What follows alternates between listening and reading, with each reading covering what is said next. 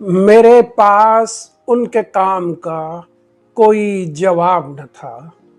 मेरे पास उनके काम का कोई जवाब न था।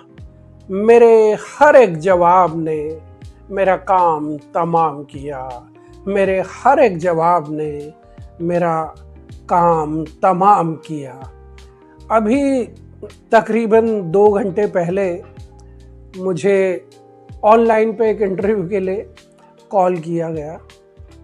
तो उन्होंने कहा ऑनलाइन इंटरव्यू है, आप दे सकते हो। मैंने कहा ठीक है, चलिए दिया जाए एक इंटरव्यू। और शुरुआत कुछ इस तरह से हुई और उसके बाद जो मुझे समझ में आया, मैं सभी लोगों से यही कहना चाहूँगा कि अगर आप कभी भी इंटरव्यू दें तो इस तरह से तो बिल्कुल ना दें जैसा मैंने दिया।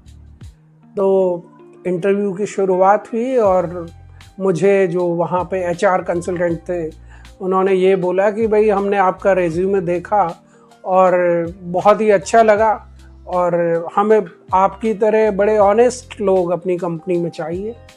तो आप जो कुछ भी बताना चाहें बहुत ऑनेस्टी के साथ उसका जवाब दीजिए। और फिर सबसे पहला सवाल जो मुझसे पूछा गया वो ये था कि आप यहाँ क्यों काम करना चाहते हैं।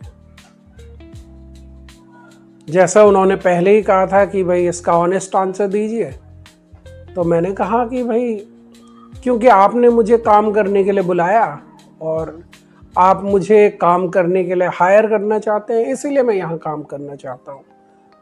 तो उन्होंने कहा कि भाई मतलब इसी कंपनी में क्यों। मैंने कहा नहीं नहीं, ऐसा कुछ नहीं है, इसी कंपनी में क्यों, अगर दूसरी तीसरी चौथी कंपनी भी बुलाएगी तो मैं वहाँ भी जाऊँगा। मतलब ऐसा कुछ ये फिक्स नहीं किया मैंने कि आपकी ही कंपनी में काम करना है। तो वो थोड़ा हताश से हुए शायद मेरा जवाब सुन के, और उन्होंने तुरंत से एक नया सवाल मुझसे किया कि आपने इससे पहली वाली कंपनी क्यों छोड़ी। मैंने कहा यार इसका जवाब तो वो ज़्यादा बेहतर देंगे, तो ये आप उनसे पूछिए। तो इनके पास फिर से मेरे सवाल का कोई जवाब नहीं था और मुझसे फिर एक और तीसरा सवाल कर दिया गया। सवाल ये था कि आप 10 साल बाद अपने आप को इस कंपनी में कहाँ देखना चाहते हैं। मैं बहुत देर तक सोचता रहा।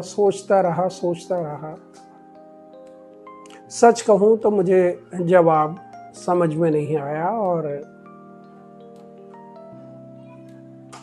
वो मेरी ओर देख रहे थे, पूछ रहे थे कि आप सोचिए, मतलब वक्त ले सकते हो आप।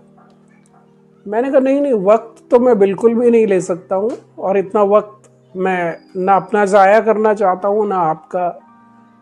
पर मेरे हिसाब से इस सवाल से पहले या इस सवाल के जवाब से पहले एक सवाल मैं आपसे करना चाहता हूँ कि आप 10 साल के बाद की बात कर रहे हैं, क्या आप अपने बारे में बता सकते हैं कि आप 10 साल के बाद अपने आप को इस कंपनी में देख पाओगे कि नहीं।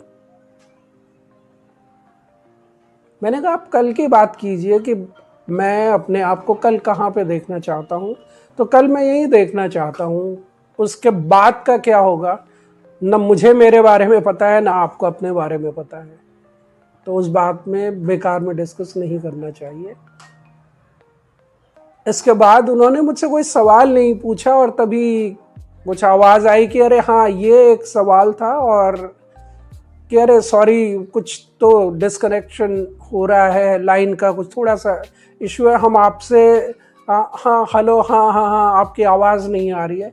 इस तरह की कुछ एक आवाज़ें आई और लाइन डिस्कनेक्ट हो गई। मुझे पता है लाइन क्यों डिस्कनेक्ट हुई और मुझे ये भी पता है कि ये डिस्कनेक्शन वापस कनेक्ट नहीं होगा, लेकिन मेरा कनेक्शन अब आपके साथ हमेशा रहेगा, रोज़ रहेगा।